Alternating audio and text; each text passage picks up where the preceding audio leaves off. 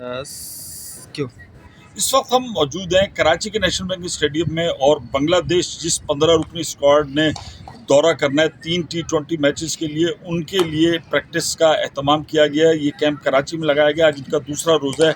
आज mic Hesson ने जो प्रेस कॉन्फ्रेंस की उसमें उसने बताया कि भाई बाबर आजम और शाहिनशाह अफरीदी ये बड़े लेवल के खिलाड़ी हैं, कुछ कमी बेशी इनकी खेल के अंदर वो दूर करें और उसके बाद ये टीम का हिस्सा बनेंगे। इस वक्त मेरे रकम में अगर आप देखें तो सबसे बड़ी बात यह कि पाकिस्तान के 3 कप्तान बाबर आजम, शाहिनशाह अफरीदी और मोहम्मद रिजवान जो है उनको प्रैक्टिस सेशन में आना पड़ा है और ये स्क्वाड का हिस्सा नहीं थे। बाद में ये 5 खिलाड़ियों को इजाफा किया गया, नसीम शाह भी।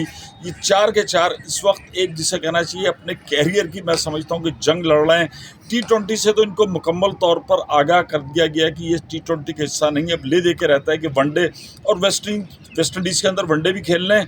और महमूद भाई समेत तमाम लोग इसी चीज़ की परेशानी में मुब्तला हैं कि क्या बाबर आजम, रिजवान और शाहिनशाह अफरीदी जो है वनडे स्क्वाड में जगह बरकरार रख सकेंगे। चूँकि खबरें ये थी कि माइक हैसन ने भाई शाहिनशाह अफरीदी को कहा है कि भाई आप बता दें कि आपने कौन सा फॉर्मेट खेलना है, आपने T20 खेलना है, वनडे खेलना है और टेस्ट खेलना है। शाहिनशाह अफरीदी का यही कहना था कि भाई अभी मैं जवान हूँ, मुझे अभी खेल लेने सारे फॉर्मेट, जब 30 साल का होंगे उसके बाद। जो दूसरी बात खबरें गर्दिश कर रही थी कि बाबर आजम के हवाले से कि माइक हैसन ने उनसे कहा कि आपको विकेट कीपिंग करनी है, तो ऐसी उन्होंने इन तमाम अफवाहों की तरदीद की और वो तमाम अपनी मौत आप मर गई। इस वक्त अगर हम देखें तो खिलाड़ी जो है लोकल बॉलर भी मौजूद हैं और सारे आगा सलमान हो गए, रिजवान हो गए, सलमान हो गए, इब्रार हो गए, साइम अयूब हो गए, तमाम के तमाम। शाहिनशाह अफरीदी जो है मुस्तकिल हमने देखा है कि उन्होंने आधा घंटा नेट के ऊपर जो है वो बॉलिंग की है और ये बड़ी चीज़ है और हमें वो मुकम्मल तौर पे फिट भी नज़र आ रहे हैं, सब कुछ है। लेकिन क्या वजह है कि जो क्रिकेट में सिलेक्शन और हेड कोच हैं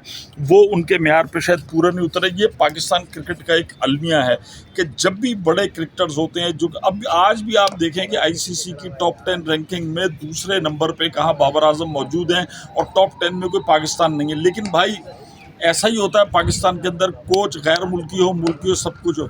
मैं ये समझता हूँ कि यार पाकिस्तान टीम का शराजा जो ज़का अशरफ के दौर में बिखरना शुरू हुआ था, एक कप्तान के बाद दूसरा, वो जो है चीज़ें अभी तक सिमट नहीं सकी हैं। अब नया निस्बतन स्क्वाड जो है वो बांग्लादेश भेजा गया है, जिसके अंदर अहमद दानियाल भी हैं, सलमान मिर्ज़ा भी हैं, दोनों बड़े अच्छे हैं। लेकिन आप ये देखें, सलमान मिर्ज़ा 31 साल, अहमद दानियाल जो है 28 साल, इस उम्र में 4-5 सीज़न खेल चुके हैं। लेकिन इस उम्र में आप खिलाड़ी को, बॉलर्स को पाकिस्तान की कौमी टीम में जगह दे रहे हैं, तो ये सिस्टम के ऊपर भी एक सवालिया निशान है कि यार ये लोग पहले कहाँ थे।